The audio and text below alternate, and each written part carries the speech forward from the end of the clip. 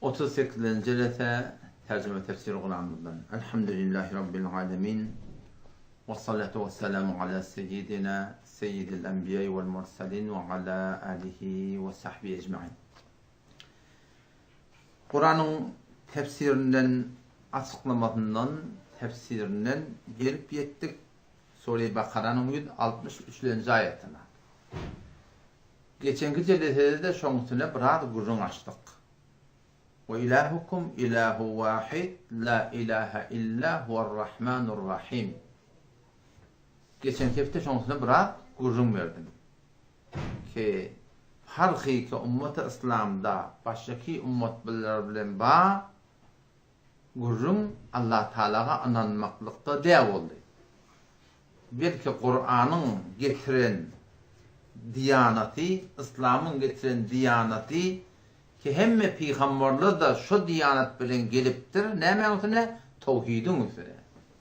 Ve ilahukum ilahu vahid diye Allah Teala'nın ilahınız bir diye, ma'budunuz bir diye, layık ibadetiniz bir diye Huday Teala. Ve Allahukum Allahu vahid gelmektir da. Sizin Allah'ınız bir deyip Kur'an'da geliyor. Belki sizin ilahınız bir diye Huday Teala. O zaman şu mevzu beter ehmiyetli bolanlığı derekli. Şu mesela akide da.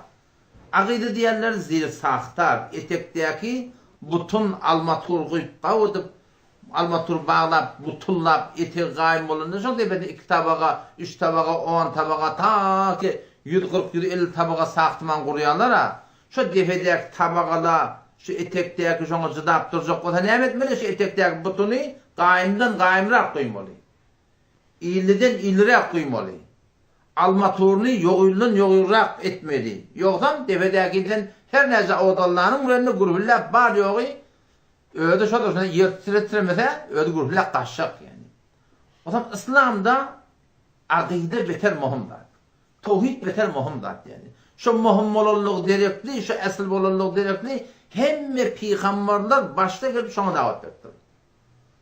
Ama la ilahe illallah Adem Safiyullah oldu.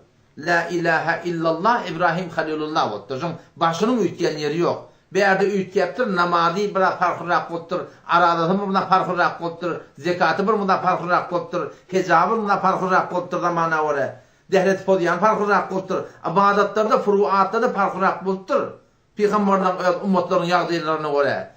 Emma şu esliki tevhid bolsun, ibadette hemme peygamberler bir da davet ettiler. O da neme? Şu la ilahe illallah var.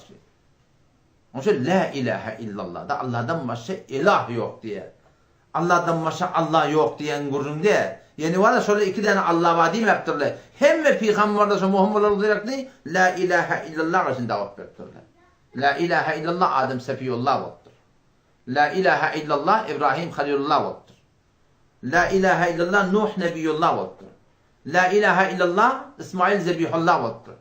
La ilahe illallah Musa Kelimullah oldu. La ilahe illallah İsa Ruhullah oldu. La ilahe illallah Muhammed Resulullah oldu. Hemme peygamberler şun la ilahe illallah için davet ettiler. Ve hemme peygamberden de baş davası şu urundan söylemiş. Ne diyeyim? Şu olmasa, şu düzgün olmasa, şu duygu olmasa sen namazın kabulle, aradan kabulle, zekatın kabulle, hacın kabulle, tadakan kabulle, hiçsadın kabulle yani. Asıl şu iman olmalı, imanla Huday Teala'nın aytyan imanı olmalı. O şu muhim olanlık direkti, Peygamber Huday Teala şu Mekke'ye gelinne, şu 13 yıl Mekke'de davet veriptir da, şu 13 yıl Mekke'nin içinde kendi namazdan gurun yok başta. Aradadan, zekattan, bırdattan, hicaptan, halaldan, haramdan belli ödeyarlarının tavşanlarlar var. Ama asıl dava 13 yıl Mekke'de ne anlatmıştık? Tevhidini söylemiştik. La ilahe illallah'dan söylemiş şunun davası. Yani Peygamber Aleyhisselam gelip şolara ey müşrikan-ı Mekke Allah ananın demektir şolara. Ve hiçbir peygamber de şu öz peygamberlik kuvvetinde şu öz adamların şoların önünde durup durlar arkasında. Şoların umumi suratında şoları Allah ananın diyen gurun umumi suratında bolmaktır yani. Belki şoları ne ettirler? Allah'tan başka ilah yok ettirler yani. İlerken modde Molla Hayr rahmetullahi aleyhin yazan kitabı bir aslında kitap İmam Azam rahmetullahi aleyhin kitabı. Fikhul Ekber diyelim. İmam Azam rahmetullahi aleyh ki bizim mezhep başımızda olsun akidede 5 kitap yoktur. Bir de şın içinde bağ. Geçen Muallil Hayr Rahmetullahi Aleyh şunlar akım şerh verip Fıkh-ı Ekber, Şerh Fıkh-ı Ekber deyip başlığına açıklayıp ayıptır. Şu oğlunun sefesinde ne mi diyor o da? Ve innemâ cehel enbiya aleyhissalatu vesselam Peygamberler dine şundan şeyim öyle diyor da. Kalil Türkmençilikte innemâni geçen kez yazdı görün valla. İnne yani bidûne şek. Oranı inne kadar yani şeksiz diye ayıptır da. İnne kadar bir şek biz diye ayıptır. İnnemâ kadar neme. Fakat diye ayıptır. Budur bundan özgü değildir diye de Kalil Türkmenler biliyor musun? Budur bundan özgü değildir. Şu tekitlenene çok oluyor. Yani dine şey. Şundan başka hiç satıyor diye ayıptır. Ve innemâ cehel enbiya aleyhissalatu vesselam şundan başka hiç satıyor. Peygamberler fakat şundan cimriler libyan-ı tevhid diye. Tevhide açıklamada cimriler diye. Ve tibyan-ı tefrid diye. Huda Teala hemmeden iyiliği, halıklığı, malıklığı hemmeden şunu öldüğüne etmana geldi diye. وَلِذَا أَتْبَقَتْ كَلِمَتُهُمْ وَاَجْمَعَتْ حُجَّتُهُم Hemme peygamberden keyfi bir oldu diye ala kelimete la ilahe illallah diye. Hemme peygamberler şunu düşündürmeyene geldi diye da. Çünkü izim muhim bir de. وَلَمْ يُؤْمَرُوا emredilmediler peygamberler وَلَنْ يَأْمُرُوا emredilmediler peygamberler بِأَنْ يَأْمُرُوا اَهْلِ مِلَّتَهُمْ öz milletlerine aitsınlar, gelip davet versinler. Ne mi dedi? بِأَنْ يَقُولُوا Allahu mevcudun. Ey adamlar, Allah'ın Allah vaadi gelmeyene diye onun peygamberine buna şimdi gelmedi diyorlar. Siz biliyor musunuz? Allah tanısın onu Allah'a ananıyarlar. Allah'ın bağlılığını bilirler. Allah'ın malakın halıklığına anamları var. Ona olan müşkülü yokmuştur. Biliyor musun? Ne mi diyor o da? وَلَمْ يُؤْمَرُوا peygamberle emredilmediler. بِأَنْ يَأْمُرُوا ki emretsinler. Ehli milletini بِأَنْ يَقُولُوا Allahu mevcudun. Allah var ha. Allah ananın ha diyen onun şimdi böyle nakolo diyor. Ondan sonra bel kasadu izhara enne gayrehu leyse bi ma'bud. Şuna gelirler ki Allah'tan başka ma'bud yok. Allah'tan başka layık ibadet yok. Allah'tan başka layık itaat yok. Allah'tan başka layık muhabbet yok. Hem peygamberler şunu için geldi diye. Lemma tevahhamu ve tehayyelu haythu kalu o ne mi diyeyim? Şu öyle diyor vehme girdiler, hıyale girdiler. Botperestliği edip, ne mi dediler? Bota Allah dediler yok. Botperestliği edip botlara bizim Allah'ın yanına şefaatçimiz dediler. Şimdi biliyor musun? Ola Allah'a düşman ne? Botperestliği ettiğinde Huda'yı yakılacak oluyor Allah. 18. ayet sureye Yunus'u var okuyor. وَيَعْبُدُونَ مِنْ دُونِ اللّٰهِ Botperestler Allah'tan ibadet ettiğidir. Şu hatta şeyler. Botperestler Hindistan var ha. Hindistan'da neye çemin diye bot var diye şu hat. Şunun hiç kaydı Huda'yı bilmeyen durunak. Allah'ını bilmeyen durunak. وَيَعْبُدُونَ مِنْ دُونِ اللّٰهِ Allah'tan ibadet ettiğidir botperestler. مَا لَا يَدُرُّهُمْ bir botları kişilere zerir de verenak. وَلَا يَنْفَعُهُمْ peyda de verenak. وَيَقُولُونَ هَؤُلَاءِ ihtiyaç botperestler. Şu botlar neymiş de? Allah mı? Yok. شُفَعَاءُنَا عِنْدَ اللّٰهِ Allah'ın yani bizim şefaatçimiz diyelim. Şimdi biliyor musunuz mı? Botperestler ne mi diye? وَيَقُولُونَ هَؤُلَاءِ ihtiyaç botperestler şu botlar. Allah mı? Yok. شُفَعَاءُنَا عِنْدَ اللّٰهِ Allah'ın yani bizim şefaatçimiz. Biz bunlara ihtiyaç, bunlar Huda'ya ettin diye demiş şöyle. Şimdi biliyor musunuz mı? Yahamana 3. ayet Sure-i Zümer 24. paransındadır. Ne mi diyorlar? مَا نَعْبُدُهُمْ illa biz botlar ibadet etmeyet illa meğersinden söyleyeyim لِيُقَرِّبُونَا اِلَى اللّٰهِ bir de Allah yakınlısı diyorlar. Allah Teala'nı bilmeyen duranakla Allah'ını halık biliyorlar, Allah'ını malik biliyorlar, Allah'ını razık biliyorlar. Yani şu botları ibadet edip böyle bizim Huda'nın ağrısı, biz böyle ihtiyaç, Huda'yla kavurayan bendilerler. Burada da çok mücettemeleri, suratları, o formları eşeklemiş şu dağa şeker Huda'yı diyorlar. Yani şu kava adamların mücettemelermiştik şöyle biliyor musun? Kava adamların mücettemelermiştik. Evvel akilde başlattır, sonra mücetteme varıptır, sonra mısın? Var uğrun şahsatlarla ibadet etmeyen doktorlar diye biliyor musun? O yüzden taydan o da şunu düşünmek gerektir ki tamamı peygamberlerin yanına şu tevhidin ehemmiyeti beter gönderdi. Ne mi? Çünkü iyi birenin yanına muhim şol beter ha. Şu tamam ki adatlı var da bizim yanımızda beter kıymetli. Şontunu vuruşyarlı, ölüşyarlı, kırışyarlı, himme gurun sondan sürüyor. Ama Huday Teala'nın yanına şon sivinin gana çadarısı yok. Hadise geliyor da لو كان عند الله الدنيا لو كان الدنيا عند الله جناح بعوض eğer şu dünya hem nefti, gadi, yeri, yurdi, mali, mülki, kıdli hem şu dünya Allah Teala'nın yanında bir çivinin kanatsa erdi o diye. Ne yapmasam? Kafire bir avutlum tuğda ölmektir. Şu Huday Teala'nın yanında şu dünya, eğer şu çivinin kanatsa erdi o da, Huday Teala kafire ödüne, tevhidine anılmadık adama, peygamberine anılmadık adama bir avutlum tuğda vermerdi diye. Ama şu an telavet dünya ne kadar adamların yanında şu an kadırlı kıymetli ki hem davalı şundan söyleyeyimler şeyden. Zenman, zerva, başka ne ama zemin var da. 3 tane z ile başlattır. Zen davalı ayarlan süreyim. Zer dava pullon süreyim. Zemin dava yerden süreyim. Başlattım şimdi dava edilen aklım. Ama Huday Teala'nın hani şu dünyanın sen erişi yok, kıymeti yok yani. Ama o taraftan ne kadar rahatlama, Huday Teala'nın hani beter kıymeti koyanda bizim yanımdaki ehemmiyeti yok yani. O da ne mi? Bir şun tevhid şu. Bir şun din şu. Şu atamanda bu Türkmen ilimi tevhidde olsun mehnek rahatça. Ay halka oraya bol vermelidir diye. Rahat. Doğru tevhid tertaş. Halka oraya olmalı değil mi yani? İle oraya bol vermelidir diye. Dine oraya olmalı değil mi ki? Doğru tevhid tersi. O da ne kadar ilin ne kadar erişme Huday Teala'nın yanında. Bennen yerde, halık nerede, mahluk nerede? Huday Teala'nın yanında şu din diyendeki peygamberler iberttir. Peygamberler şehit boluptırlar. Ama dini Huday Teala şehit eden daha yok yani. O da şu tane işte koyalım. Tevhidin ehemmiyeti biter koyanda olandan peygamberimiz gelip sonra 13 yıl akidan doğrulamana rahmet çıkıptır. Elbette peygamber şu 13 yıl rahmetinin içinde kaptanına bir rahmet demeşe bağımızdık yani. İmana karşı davet verilmiştir.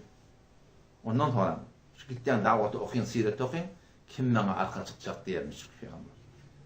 Şu 13 yılda peygamber bir arka tayfan yerine getir. Arka milletin yerine getir. Hem iyi şey Mekke'nin davetinde var ya, la ilahe illallah için davet veriyor, oturuyor kulak atıyorlar. O zaman kim beni gidecek diye de. Kim bana arka olacak diye. Şu arka tabılmanı 13 yıla kalıptır şu. Şu günde şeyle de hak öşecek olanı sana arka verek. Arkan koşatırlar diye sana arka yok. Neden? Öğütülmüyorum biliyorsun. Hem işe diyanete arka verek yani. Yiyecek barsan barıyardın, hay Huday Teala östürüyor Kur'an'ın bereketinden, tevhidin bereketinden. Arkan boşatıp köver yerde toptan olup veriyordun galiba. Otak barıyardın östürüyor Huday Teala, arkan boşatıyordun boşanıp kalıyordun. Otak barıyardın östürüyor, arkan boşatıyordun boşanıp kalıyordun. Arka verek diye yani. Doğru hem de Huday'dan oluyor, onun vurun yok. Ama Huday Teala'nın peygamber arka ödettir yani. Yani yük kağırmıştır. 13 yıllar adam tapılmaktır sonra. Bizi ne madiyeli de oluptur ha biliyor musun? O bize yani hak ettirler. Kabul etsek ettirler. Bizi ne madiyeli ettirler. Peygamber cennet madiyeli ettirler. O bize başlıklık gerek ettirler. O mümkünde de ettirler peygamberler. Şoförün dünya muhabbet edecek olurdu da var. Kurundan çıkmayın ne? O şu kurunun da biter bir muhim mesele. Belki temayüz var da yani var diye Huday badimekte, Huday'a Ebu Cehil'le ananiye, Utbe de ananiye, Şeybe de ananiye. Şundan hem Huday'ı bilyenle yine tevhidi kabul etmektirler. Tevhidi kabul etmesen var hem sen Huday Teala sen hiçbir ibadetin kabul etmiyor. Yani kim? Suriye İbrahim vardı okuy 18. ayet. Şu edisyon bakmayacaktır diye tabi. Falan ettir bir marsam ne kadar şu kavuluk ürettiği kafirler. Kafirlerin sana kav adamda var ha. Ki benneleri yakşılık ettildi. Yamallık etmetildi. Ama Allah Teala ne mi diyor da? Metelullezine keferu bi rabbihim a'maluhum كرماد اشتدت به الريح في يوم عاصف مثل الذين كفروا بربهم ol adamların misali göz Rablarına kafir oldu diye de tevhidi kabul etmektirler. Şunun misali ne mi? Keramadin işteddet bihir rih. Olan amalların misali en kulliptir da. O lokon tayet amal mı olur? Yanıya kara kavurga oluyor. Anırdan kara yer geliyor tap takılıp koyuyor değil mi? Kafirlerle amallar Huday Teala aynı sonyalar. Çünkü tevhid yok arada, iman yok arada Huday Teala hiç zaten kabul etmiyor. Şu kadar Huday Teala'nın yanına tevhid bir muhim mesele yani. Tevhid beter bir muhim mesele. Ödümü de batanda düşünen kimmiş onu? Her zatı Huday perestiydi de şu an şeyle ha. Huday Teala'nın ibadetine köp zatları ödümü batanda ödüm kabul eden ha şunu. Hamana şu an bir nimetler biliyor musun? Aklına geliyor. Aleykümselam. Zayverin aklına. Yaşlı Zayverin. Gel beri iki abi. Abdurrahman Zayver. Maşallah. O tarafta otur. Gel arkam bir beri. Gel. Beri. Peygamberimiz bir ayetken kefide şu da Enzilun nâs alâ kadri menâzilihim dedi. Adamdan öyle kadr kıymetine velatıyla kadın diye da. Hayır mı? Akonun murtıyla var, mollan murtıyla var, kari murtıyla var, çobanın murtıyla var, şehrdar murtıyla var, bağışlar murtıyla var. Bize vazife söyleyeceğim mi? Ha saat almına amel ettiğim öteki beter. Almına amel etmediğine lakin ahun siretli suretli olsa şu zahiri avını taklamakla bu da şer'en bir borç biliyor musun? Hakkına hak demirler yöne ihtiram taklamaklık gerek bir. Şu da bir ulakama edebin bir yani. O zaman özüne şu adına kadar bakıyanlar, tevhidi gerek kalanlar, aslında tükün diyanatta özün şunu kabul etmiyor. Ama Hudaya gerek kalan kalimet bota bolor da diyor. Şu atamana, şu cemde otismin, bizim haydi birimiz bir adam bilen katnaşar, ki şu adam bizim düşmanımız bilen katnaşıp verim olsun. Ne mi diyor? Bir parmak kaldırsın. Biz bir eçer maşgale bilen, bir hanavada bilen katnaşmalı, barışmalı, gelişmeli, rahatça oturuşmalı, içmeli, turuşmalı. Köşe bizim bariyer eçer maşgalamız bizim tok düşmanımız bilen katnaşıyor. Katnaşar mı şu bilen? Buna niye yapaktırın belediye dokuyor? Ne mi diyorsun? Katnaşarsın. Sen birbirine dost ol, sen düşmanın bilen dostsa. Ama biz şu diyanatımızda şey diyor şunu. Huday peygamber namaz, Kur'an, ekerdun ne hem taya vursa, hem taya hem barmatan bolmar ahim. Eker canazda vursa, pezirayı da tutsa. Bizde bolmar ahim. Ne yapalım öyle? Sen ödüne vatanda, sen ol Huday Teala'nın doğru diyanatını ters tadı yürüdüptü. Sen o bilen bariyar dostluk kuruyarsın, katnaşarsın. Ama sen ödüne de kalanını kabul edin. Ondan sonra dinlerken ışığa oturvazı okuyorduk. Elini kavuşaktırın. Ve nakla, ve Allah rahat çek. Ve nekla terk edecek kimi meyyek sürk ya Allah. Herkes ona ters olsa biz bidardır tadik tutsa. Namazın şimdi diyor falanın toyuna balık kayıpmasan bolmar. Erti de görmeden yüzünü görüp bolmar biliyor musun? Onu da yüzünü görmeye olar erti kıyametinde. Değil mi? Vucuhin yevme izin naziratun ila rabbiha nazir. Şu Allah Celle Celaluhu bunu görmeliler. O zaman şu taydan o da tevhidin hakkında şeyler şu var. Tevhidin hakkında şu var bir ölmede basamızda bolmaya diptun. Hemen bir tane denana var. Bila nispet bir denana var. Denana adamın hem medeniyeti yer, içer, geyer, miner, düşer. Aslan marahim lak. Akıp duran kaymak öyle. Ne mi diysen ay tabak öyle. Şu kadar yaşlılıkları bilen yani bila nispet şehrin bir etkiyanıcı var. Adamın doğduğunu öyle. O bölünü oturup duruyor. Onun da kafna var dileye. Gayratlı adam şehri taklar mı? Düşeğinde hıyanet ettir da. Taklar mı? Ama yok, saklamıyor da. Gayratlı adam saklamıyor. Ama bir denana var, cenk demen hali şimdi. Yöne, düşeğine hıyaneti yok. Adamsına hıyaneti yok yani. Ne olsa adamsı bilin. Şurada denana saklanın diye. Huday Teala da bizi öldü bilen bolmakla ıslıya. Çünkü ödüne yalvarmalı, ödüne sığınmalı, ödüne çağırmalı, öd ibadetinde olmalı, öd itaatinde olmalı. Yodan Huday Teala bizden şunu kabul etmiyor yani. Ödümü de vatanımızda olmayacak dost. O zaman şu taydan oldu, bunun beter çağırmayın. Tevhidin hakkında peygamberler umumi suretinde iki cemaat bilen taraf botturlar. Umumi suretinde %98'si şu Allah Teala'ga inanyan adamla bilen taraf botturlar. Allah Teala'ga inanyanlar yöne botperesti etiyerler. Allah'tan ibadet etiyerler. Şola bilen taraf botturlar. Belli peygamberler de botturlar ki şola şu zamanın ateistler yalak onunla güçürerek öldüğünü Huday'a bildirler. Nemrut yalak. Kulu Huday'a inanlar yok. Öldüğün ilah biliyerler. Firavun yalak öldüğün ilah biliyer. Umumi peygamberlerin mukabilinde duran millet kim oldu? Onları ihtimal rahim Allah Teala'ga inanyanlar ki Allah'ı ba yöne Huday Teala şirk getirtirler. Huday Teala ibadetine şol Huday Teala şirk getirtirler. Yani Molla Hayram'ın kitabında şunu okuyup vermiş değil mi? O zaman nereden Kur'an'ı şu an okuyunca Enkebut, Sure Enkebut 21. paradır. 61. ayet, 63. ayet. Ve la in sa'altahum ile qasam diye Allah. Eğer sen şurada soradan diye da. Şu ayetlerin başında umum şey geliyor. Sure Enkebut 21. parada 61. ayet, 63. ayet. 63. ayet. Lokman suresi o da 21. parasında 25. ayet. Zümer suresi 24. parada 38. ayet. Zuhruf suresi bu da 25. parada 9. ayet ve 87. ayet. Şun hemmesine bir kepçinden gelir diyen. O da neyme? وَلَا اِنْ سَأَلْتَهُمْ Ey Resulü Huda kasam, men egerten kafirlerden, müşriklerden sorasan, وَلَا اِنْ سَأَلْتَهُمْ Ey Muhammed Mustafa kasam diye Allah Teala eger müşriklerden, kafirlerden sorasan, men halaqas semavati vel ard asmalar yer yaradan kim deyip sorasan, وَسَخَّرَ الشَّمْسَ وَالْقَمَرَ Ayını doğurup duran, batırıp duran kim deyip sorasan, ne mi der diye? لَيَقُولُنَّ اللّٰهِ Kat'an Allah yarattı diye diye. Peygamber örnekten kafirlerden sorasan, asman yeri yaradan kim? Ayını doğurup duran, batırıp duran kim deyip aytsan ne mi derler? لَيَقُولُنَّ اللّٰهِ diye. Kat'an Allah yarattı diye der diye. 63. ayetinde.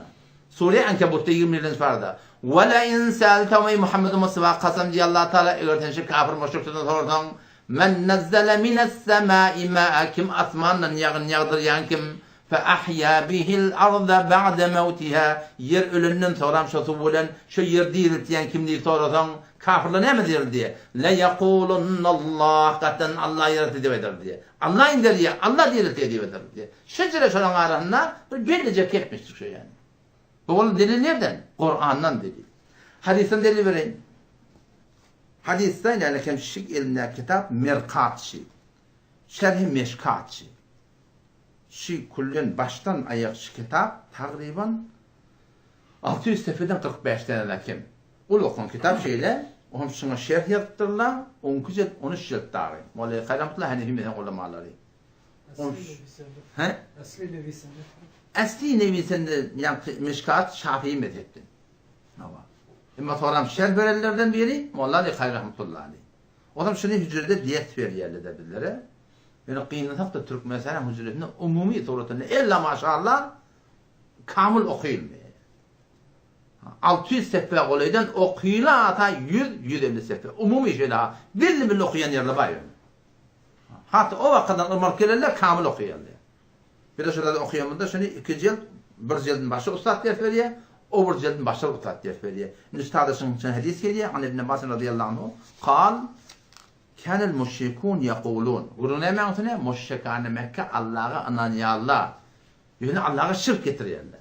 Müşrikte diye tavaf ederlerine Kabe'nin taşına يقولون ayetler lebbeyk la şerike lek şu ayetler Mekke'den lebbeyk Allahümme lebbeyk lebbeyk la şerike lek lebbeyk innel hamde ve ni'mete leke vel mulk la şerike lek diye değil mi?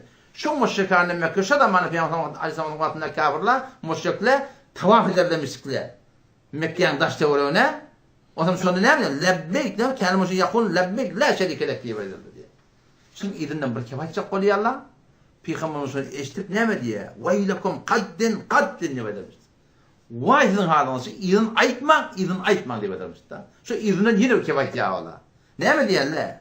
İlla şeriken diyelim şöyle. Müşrikane Mekke. Ne oldu bile? Ya Allah tek şerikin yok. Meğer bir şerikin var diye demiştik. Huve leke senin için temliku ten şaniyeti ve ma melek ve lehi sana yeter diye demiştik. Şimdi bilemedi adam. O da Müşrikane Mekke vakti şey. Peygamber ne diye? Sonra kaddin vaylakum vay olsun halinde. Şimdi idin aytman diye onu da aydarlamıştı. Ve hum yetufune bil beyt diye. Kabe'ni tavaf edip tuğada şey diyorlar. Ravahi Müslim, Seyyid Müslim'in hadisi. O zaman şu şoförüm var akım şola Allah Teala'ya şoförüm imanları var deyip olmuyor. İman deyip olmuyor. Anlamları var. Yönü ne evet diyorlar. Huda iterek şirk getirir demiştir biliyor musun? Bu bol ne mi? Dediğim nereden mi oluyor? Kur'an'dan mı hadisten mi oluyor? Yanında ta'da Molla Ali Rahmetullah Aleyhi kitabını okuyup verdim ne mi? Ama madem Rahmetullah Aleyhi Agida'da yazan kitabını şerh veriptir ne mi diye? Ve innemâ câ'l enbiya aleyhissalâtu vesselâm peygamberler geldiler libiyan tevhid ve libiyan ve tebiyan tefrid diye. Tevhide açıklamadan şimdi geldi peygamberler diye de. وَلِذَا أَتْبَقَتْ كَلِمَتُهُمْ وَاجْمَتْ حُجَّتُهُمْ عَلَى كَلِمَةِ لَا إِلَٰهَ إِلَّا اللّٰهِ Hem peygamberler la ilahe illallah'ını düşündürmez şimdi geldi diye. وَلَمْ يُؤْمَرُوا بِأَنْ يَأْمُرُوا اَهْلِ مِلَّتِهِمْ Peygamberle gelip diye onlar peygamberlere emredilmedi ki gel milletlerine aytsınlar بِأَنْ يَقُولُ اللّٰهُ مَوْجُودٌ Peygamberle gelip Allah ve Adam'la Allah ananın diyemeden süreyim peygamberler onun için gelmedi diye. Sonra ne diyor? Ola Allah Teala'ya bağlığına anamı var yani biliyor musun? Yani ne demek yani şol Huday Teala şirk getiriyor yani gurun o lokan gurun ustadı yani lakin bu da Şahulillah Dehlevi rahmetullahi aleyh kitabı Hüccetullah'ın bağlığı 2 cilt hem Arabisi var hem Urdusu var hem Farsisi var yani lakin şu elindeki şerh Farsiydi Olayda da var şoň edebiyeti var. Şoň ileriki Şerif Hasiyetinde 173'den sepetinde tevhidi açıklanana, tevhidi 4'ten taksim etti yaşlarda bir vacibul vücud, vücudu özünden doğmadık, doğurmadık avvaldan ba Allah Taala şu tevhidin bir mertebeti diye. İkinciden hasıl halka arş asman ha ve zemin sadece var. Alem cihan hem meradi Allah Taala'nın yaradanını bilmektik diye. Şu iznin ne mi diyor orada? Hiç kesi yazmışkan Yahudan ve Nasara beren ihtilafine dair diyor da. Yani orada müşrikler, Yahudiler, Mesihliler hiç kim Allah Taala'nın hem meradi yaradallığına şolun hiçbir neme arada ihtilaflar yok diye. Belki neme şolun yanına şu bir rapor koyun neme diye mehe melim kurun diye de biliyor musun? Şolun anı böylece kurulmuş şu. Şu doğrudur. O zaman yan otada Kur'an fırtatıyla münazara oldular. Şu münazara olanına avvalki böyle şöyle ağır kuruldu da biliyor musun? Ağır kuruldu. Umumi on Müslümanlar için başarmıyor. Her bir ahun için başarmıyor doğru. Onun şu tada avvalki bahse girdik edem olsanız şu tada taksimi tevhidin durumunda şoluk da hum ulukun bir ağrım ne oldu baba şu müşrikane Mekke Allah'dan başan Halık bilene akla diyenle men şol evurlap yok Halık bilene zozi umurda. Baba sizlerde her şey. Ayda ahir ay bugün koydursun ettik de esek hatırlamıyorum. Bundan idafa minnet başarık aydı. Horan geldik ve taltinin yok kitabı şey. Şundan adres verecek koyayım ne? Şun şi akide-i nesefi diye kitabımız var. Nibrasi kitabımız var. Onun taltisi şundan deli getirip dursun bu zaman hakkında. Ne alakam o da?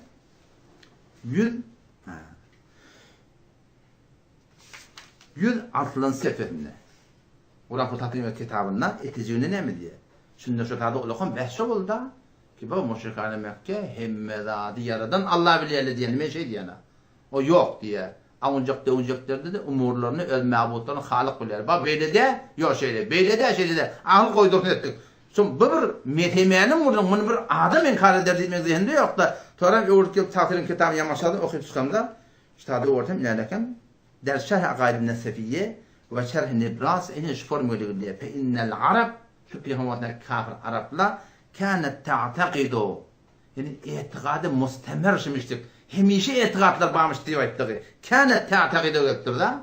Arabi tanışlar mana ve hemişe itiqadlar mustemir. Hemişe şu düzgünmüştür ki enne halikas semai vel ard asmaları yer yaradan ve gayrahuma ondan başka hemen yerden kim? Huvallahu Teala'dır. Şu Huday Teala diye itiqadlar bağmış diye biliyor musun? Ama tahtil için etikte var tercümesinde sonuna taksa tahrif ettirler biliyor musun? Ne emeden tahrif ettirler biliyor musun? Şu Türkmen illa bir yanlış akide var. Evliyalar çağırmalı, peygamberler çağırmalı. Şu Türkmen'e yanlış da şu yanlış Müslümanlar şey etmeli mi Allah?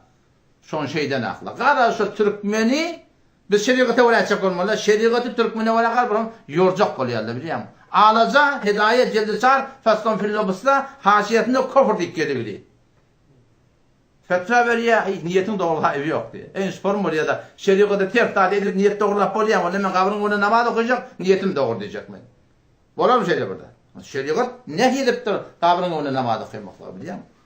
O zaman şu bir gördüğün biliyor musun? Şuna hakkında katı havada olmak gerek. Yani tevhid meselesi katı bir mühim mesele. Eğer tevhide kavuşaklık tapılsa, tevhide karşı neyme çıkıyor? Bunu bileyler yani. Tevhide karşı neyme? Neyme de tevhidi bozuyor biliyor musun? Tevhidi bozuyan zaten. Yine de kim? Şahulillah Dehlevi rahmetullahi aleyh. Takriben şu 400 yılında olan adam. Şeyde bir ilmiyeti yeten adam şey. Men cüdagani mezhep tücek oldum diye. 4 metreden başla mezhep tücek oldum diye. On piyama kadar değişmeye girdi diye. 4 mezhepten çıkmadı diye adam. O şey Hanefi mezhepte kaim durdu. Sonra mahane kitap yerine işte ne tavsiye mezhepte durmaktan peydasını etdi da. Şun yerden kitap şöyle Hanefi mezhep. Aksam şerhede tevhidin kaim duracak olan tevhid her dadıl karşı bırdak adam ot bası var. Kızgın mı tavuk var. Birbirine ters biliyor musun? Ot bilen soğuk koysan sen huladasın birden biri. Hulasa diye söyler ya da ot barak üstüne çıkma var ya da şafır da şüpür onşan aklı biliyor musun? Tevhid de ne bilen onşmuyor? Şirk bilen onşmuyor yani. Yani tevhidimize kaim olmalı, tevhid şu şirke ters. Şirk getirsek Huday Teala şu tevhidimizde var akım kaç var etme diye. O vakit ne Allah Teala'dan gayrı secde etmektir. Allah Teala'dan gayrı secde etmektir. Yani şu bir adam pirin olsun, şeyhin olsun, bazen görüyor musun biliyor musun? O balakın secde ettiğinde biliyor musun? Eğer ibadet niyeti olsa şirke bu kadar yoğun da haram da yani. Secde berayı gayri Huda. Salamlaşanda da şöyle başın kaldırma. Esselamu aleyküm diye. Şu başka yaradan şol adama engellerse başı. Başı fakat şu başı yaradan ne var rahim? Engellik gelir. İkinciden kömek hasan az gayri Huda der ihtiyacat deyiptir. Allah'dan gayrinin kömek istemeklik öyle hacatlarında şu atene manana geleceğin falan doğru denanana beydiyen, kıylığına beydiyen bula alem esbab muhtine dava yok da. Kur'an'ın davatı muhtine de. Bir Allah tığınmalı diyenine Ebu Cehil gelip sen ne yapın ne yaranlığın kömek ediyen değil mi etti Peygamber burada. Çünkü Ebu Cehil lanetullah aleyh biliyor Kur'an'ın davatı ne bilir süreyim. Oğulları İsa Aleyhisselam çağırırmıştılar. O zey Peygamber'i çağırırmıştılar. Ferişteler çağırırmıştılar. Şu aleme gayipten Allah'dan gayrini çağırırmıştılar biliyor musun? Kur'an şun üstüne de Kur'an'ın davatı var ha. Sen namazda bu iyyâke nestaîn deyip duruyorsun ya Allah. Dine senden kömek ediyor. Onu yazın duasını çağırıp ha. Davamın üstüne de Kur'an'ın davatı. Kur'an'ın davatı aleme gayipten çağırmaklık. Dine bir Hudayı. Hatta ki bizim Türkmen ilinde bu haberdarlar çağırıyorlar biliyor musun? Ola haberliğini çağırırmış. Kim ferişteler? Her adamın şu anda çevrelerine Peygamber'in hadisi var. 360 tane ferişte var diye. Her adam taşta oranına 360 tane ferişte var diye. Bu kiramen katibinden başla, yad huzurda başla 360 tane ferişte var diye Peygamber Aleyhisselam. Kur'an'da da doğru şunlarına mana var. 11. ayet sureye Ra'd bardoqi lehu muakkibatun min beyni yedeyhi ve min halfihi şol insan için takip kılendeler var. İnsanın evinin ardından kim şolar? Ferişteler. Yahfadunehu min emrillah Allah'ın emrine şu ferişteler diye hifaz ettiler diye. Ferişteler sığınmalı diyen kurum yok. Sonra Allah Teala'nın emrine ve yef'alune ma yu'merun ferişteler ne emrediyse şunu et diye. Onun için Peygamber vatan kafirle müşrikten bırak gıydasın euzbillah ferişteler Allah Teala'nın gıydı deyip şu ferişteleri çağırırmışlar. Ya İsa Aleyhisselam çağırırmışlar. Ya Ozer Aleyhisselam çağırırmışlar. Hubel Habil şehidin adını miştik. Lat-ı Uzza bir hevre tiyilikli adammıştık diye Allah. Yani euzbillah Lat-ı Uzza başka rivayette geliyor. İki de eğer hele erkek bulup zina ediptirler Kabe'nin içinde Allah Teala daş ediptir. Birin kuğu Safa'da koyupturlar, birin kuğu Merve'de koyupturlar. Ibrat bolsun deyip sonra yavaş yavaş ibadet ediptirler diye de. Şu suretinde. O zaman hacatı fakat Allah'tan dilemeli. Tevekküller bular endişemaya, gevunun gibi verme her hayzaya, bar çanında yanıcı kadir Hudaya Allah'tan ilgili söyüncü olma. Söyüncü dayancı bu Hudaya olsun. Kimi verse ödeyi verir diyor ne biliyor musun? Kimi verse ödeyi verir diyor. Dine şoma sığınmalı. Şoma kında ne imsayet saatin geliyor. Kömek hasen gayri Huda del ihtiyacat deyiptir. Sonra deyiptir. At koymaklık deyiptir la. Bu da manlı yok. Benatullah. Allah'ın gayri, Allah'ın oğlu ki Mesihilerde var biliyor musun? Gulub ihtiyarlı değil mi? Ziyaderevi. Tiyde hurmatında bir zahir var da. Şu an ben dahilama gittim ama ben dahilama bir herkene versi. Öğlerine vartan sonra evde tatilini ekirdi. Düşür şimdi haram diyene korku. Başına bela verin. Haram ekin. Şu doğru kıbrılı düğme baba lağasın iyi doğru ne var okuyacak diyene düşünmeden korkuyor. Gulub da ziyaderevi. Avle ekinin var haram. Onun hoş ondan korkuyor. O tadı haram ol. Yani kadın ama Davut tuttu küçükten dostum ne mi diye. Ayarlı oğlum diye doğru şu takdirin ekinin ödep sen Huday'dan dile vurduk diye. Ama adam ne mi diyor rahimi? Ama adam ne mi diyor? Zinana, Türkmen zinana. Takdirin ekinin ödep diye sen Huday'dan dile verdi diye. Çünkü idini ilak var orada mı? Çünkü idini ilak var ya. Batı yanlış da biliyor musun? Doğru bir adamı kafir ya müşrik diyene. Ama şıda doğru değil. Sonra ne yeni bir şirkin miydi? Allah'tan gayri ala berhuda ulemalar Rab kararda edildi. Ulemalar Rab tutunmaklık dedi. Ulemalar Rab tutunmaklık bir ihsanı var. Adi bin Hatim radıyallahu anhu Mesih'i ahir rakta Müslüman oluyor. Ulemalar Rab tutunmaklık. Şirki ve huda. O zaman ahir rakta Müslüman oluyor. O zaman Kur'an okuymanı duruyor. Bir para, iki para, üç para ta ki geliyor yine. 30. ayet, 31. ayet Suriye Tövbe geliyor. Kur'an'da Huday Teala şu ayeti koyuptur. İttekadû ahbârahum ve ruhbânahum erbâben min dûnillah. Yahudiler, Mesihiler, ulemalarını, deravişlerini Allah'tan gayri Rab tutunlular, abadet ettiler, ilah tutunlu diye. Şunu durup dur. Allah Teala şu aydan bize töhmet etti. Biz ulemalar Rab tutunumlar aktiftir şuna. Biz ulemalar ibadet edilimde aktiftir. Yani burada ediptirle şunu bilen aklına emelim. Şunun Kur'an yüreğine gediye Peygamber Efendimiz'in yanına ya Resulullah diye Huday Teala şu aydan bize töhmet ettir. Biz ulamalar ibadet edilmek deyip. Huda Teala ibadet ettin deyipdi. Elah tuttun deyipdi. Rab tutun deyipdi. Yarsa bir bedemek deyipdi. Peygamber Aleyhisselam deyipdi. Mesela ulamalarınız halal haram edenine, haram halal edenine, şolun fiili hürmet ederekli, şolara bolmadın mı? Bolluk, ibadet etmek taş deyipdi. Şirke be Huda şey. Ne şu mümkün Türkmen yana mı? Halka öyle bol vermelidir. İyle öyle bol vermelidir. Şunun manası ne mi biliyor musun? Kim Rab tutunmak şey? Rabbi Allah diye ama bir yaxşı Rabbi yeri yaptı Peygamber Aleyhisselam yani ya Resulullah. Bana bir nasihat ver. Muhtasar, mufid bolsun. Yadında kalsın. Kur Rabbi Allah thumme istakim dedi Peygamber. Rabbim Allah diye gayimdir şuna diye. Olursa Rabbi Allah'ın için yerle de biliyor musun? Biz bugün halkı Rab tutup ketmiyor. İyi Rab tutup ketmiyor. Rabbim Allah diye tadı biliyor musun? İnnellezîne kâlû Rabbuna Allah bişek oları ki bizim Rabbimiz Allah diye ayettiler. Thumme istakâmû sonra şuna kaim durdular diye. Ne mi çekiyor Allah? Tetenezzelu aleyhimul melâike ilecek olurlarına ferişteler beşi ferişte inecek şuna. Allah tehâfû korkman ve la tahzanû nâkamînde olman. Nahnu evliyâukum fil hayâti dünya ve fil âhire. Bizim kömekçiniz dünyada ahirette deyiptir diyor. Şöyle Rabbi Allah demeklikte gururun var. Rabbin Allah o dedin Allah Teala oraya olmalı. Bir oraya o da adam yanlış yaptı, hata etyen, günahını bilen, hata etyen, dir istiğfar etyen, yürekten kıynayan, narahat bolyan, edip bilmenlerine narahat, bolup bilmenlerine narahat. Bu adam mümin ama ay ganimet bolur elçekten ay iyiyle oraya bol vermelidir. Doğrusu iyiyle Rab tutulmak. Halkı Rab tutulmak diyen. Allah korusun yani. Bir şey. O bir ne mi? Botlara, dağıtlara deyiptir. Damak salmaklık bilen yakınlamak deyiptir. Ki şu gün bizim aramda bu dağıtlar yok. Ama falanın cını var. Hava. On sen sonra baryan da doğatımır verecek. Hava ne kadar adamlar var işte doğatımır verirler. Onda diye hemen koyun getirip vermen. Zıldırı öldürmesen bolmuyor diye da. Şu zebhe gayrullah Allah'tan damak salmak şirkin bu kadar şu. Şu doğru değil yani. Biliyor musun? Şu doğru. Ulan şirkin bu kadar. O bir ne mi? Kasam kurdum ben namhay mübarek bozurk. Ulan adamların adına. Biliyor musun? Bir Ebu Bekir kasam. Bu Ömer kasam. Peygamber'e kasam. Ecemin canı için. Türkmen çölüp kestin değil mi? Kur'an kestin diye. Şıla kasam laf söylen gelse var ha. Şirki bu kadar. Adam müşrik edene aklına şirk şu. Bir adam amele şirki edenine onu müşrik demek belli bir yağdayı olmasa doğru değil ha. Ama şirk böyle adam müşrik edene aklına. Riya hamana. Riya diye bir adam da işi gözden şirinmek diyor. Şirki bu kadar. Ve tarafı müşrik demek doğru değil yani.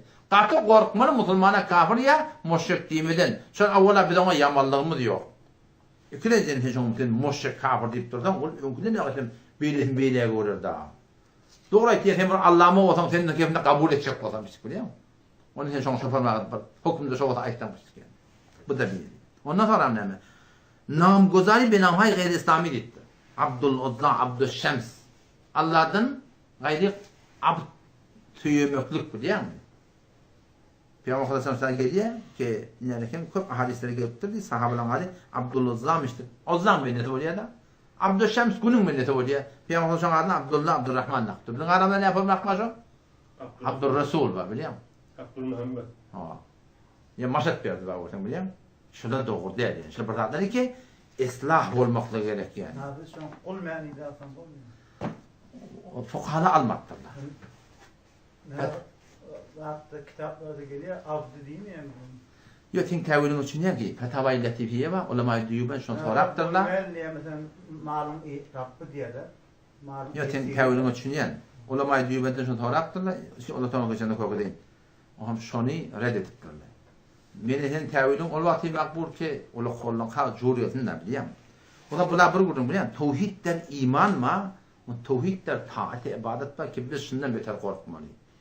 Beter şundan korkmalı. O da ne bileyim? Dine Hudaya öyle bolmaklık. Sure-i Bakara'da geliyor 258. ayetinde geliyor. Ya eyyühellezine amenu iman getiren adamlar la tubtilu sadakatikum sadakalarınızı batıl etmeyin bilmenni vel eda minnet koymak bilenine. Sadaka veriyorsun huda için da. Yetikun minnet koysan batıl oluyor. Yetikun minnet koysan batıl oluyor. Ediyet veren taraf batıl oluyor. Yani o da tevhidler taat İhlası taqazı etdi. Her zatda Xuda için bolağa, Xuda için yaxşılığı, Xuda için sadaka ver. Xuda için bol, Taraf yaşlık etti, etmedi işim olmadı yani. Arada dost bir diş gördü diye. Diş gördüm diye kıyamet koptu diye. Oğlum tamam adamı hesap kitabı oturuyor diye. Onun akıllı men olan var diye. Men bardım diye ve şeyler defterlerimi açtılar diye oğlum diye. Oğlum ayttılar diye yarta amanın kabul edildi diye. O ne mi diye? Biz için ne dedi diye. O da taraftan. Bizden için diye. Ad için, makam için, mensep için, şunun içinden aksayacaktım diye. Vah her amalımda diye da. Her diyişin var ha şey. Yani her diyecek bolanda da yani. Şey her amalımda ben niyetim doğrulanmadım da dedim diye de. Şey ulaqan cemaatler diye gelen ulaqan neticesi de amalın başında, ortasında, sonunda niyetin doğrulanmalı. O yan bir o söze geliyor, olan bir ayıbı yok. Niyet doğru olmalı. Niyet doğru olmasa şirk-i Huda Teala kabul etmiyor. Hadise göre Peygamber Efendimiz Deccal'dan korkuttu, sahabeler gitti, bağlanarım dedi diye. Geliyor ne de şu at diye. Peygamber Efendimiz men özüm şu gidemiyor şuna taraf yöne Deccal'dan beter harabet kucuva men ummatımı. Ne amol riya etti. Keden şu konuda ay 40 100 yılı avla bilmeyedim doğru değerlerini. İndiki bilyenler ay milletin keyfi. Milletten çirmer yerler biliyor musun? Zahid sadaka milletten çirim. Servat sadaka milletten çirim. Yine burada milletten çirim. Hem zahide qarayıb oti ona verdiğinde veren hak yani. O bir yılda men yadımda da stada bir şagirdden biri qurbanlık salman qardaş değil mi? Doğru hem hayatında o lokon toklayını var akin. Şu torusunda var akin öldürdüler. Hem hayam azot öyle akin yani. Ferezin şularda mustahap da var diyende biliyor musun? O zaman şu göz içim olmaklıktan qati çekilmeklik gerek yani. İmanlı adamın yüreğinden en son çıkyanlar ben riya diye geçtim ulamalarda. Riya geliyor da biliyor musun? Yüreğine halk geliyor, uyandır, gözleyendir, her ne mesetin. Köse bilen elbette amaldan kayıtmalılar. Ama ateşe meçhitte oturup dua açacak olayan, elin alıp dua açacak olayanlar ne? Oğlum ay adamla burada diyamadım. Ay bir de riyakar diyamadım. Şu halk riya idar et diye deyip amaldan asmasın o riya diye da. Niyetinde öden haber mi? Huda şeyini kaldırır. Biliyor musun? Çekilmeliler şu tanda. Ama her amal mıdır adet verecek olmalı, şunu kaldıracak mı? Yani? Niyetin doğrula. Su verecek mi? Niyetin doğrula. Kevuş doğrulacak mı?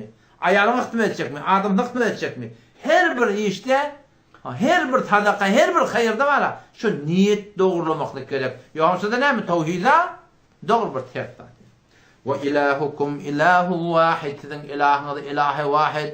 La ilahe illahu. Şöyle Allah'dan başka ilah yok. La ilahe illa huve'r-Rahmanur-Rahim. Şu Allah ki bakşanda o mehriban.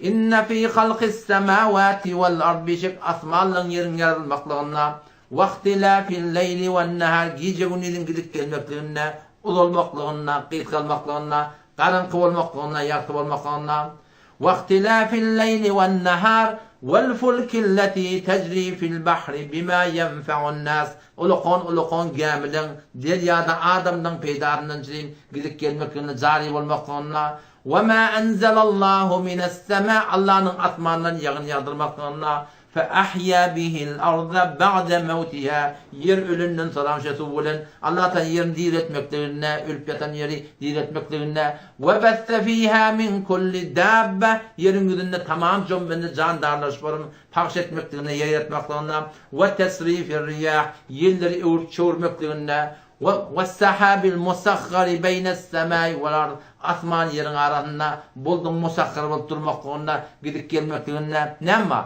La ayatin li kavmi yaqilun. Akıllarını işleyen adamların şey var. Ne kadar deliller var diyorlar. Akıllı gerek de şeyden sadece oynanmana. Bu oldu Hudayla yanından. Hudayla mı yanından ne mi? Şöyle bir terör akmakçılık da biliyor musun? Hudayla mı yerim var. Mesela hani bir soratta minyanında bir var diye Hudayın bağlan sonra ne yapalım sabit dedim diye. Hudayın bağlanını biz sabit etmeliler. Huday öz bağlanını sabit edebilir biri. Şimdi biliyor musun yani? Biz Hudayın bağlanını sabit edecek olabilirler. Huday öz bağlanını sabit edebilir. Gün doğrayan şol, günü batıryan şol, giyeceğini getireceğin şol, günü getireceğin şol, dağda taklap duran şol. Kul eğer dağda taklap duran. Huday diye şol değil diye. Rızık veriyor. Hem mirat şol da şeyde. Vücudun aylap duran şol.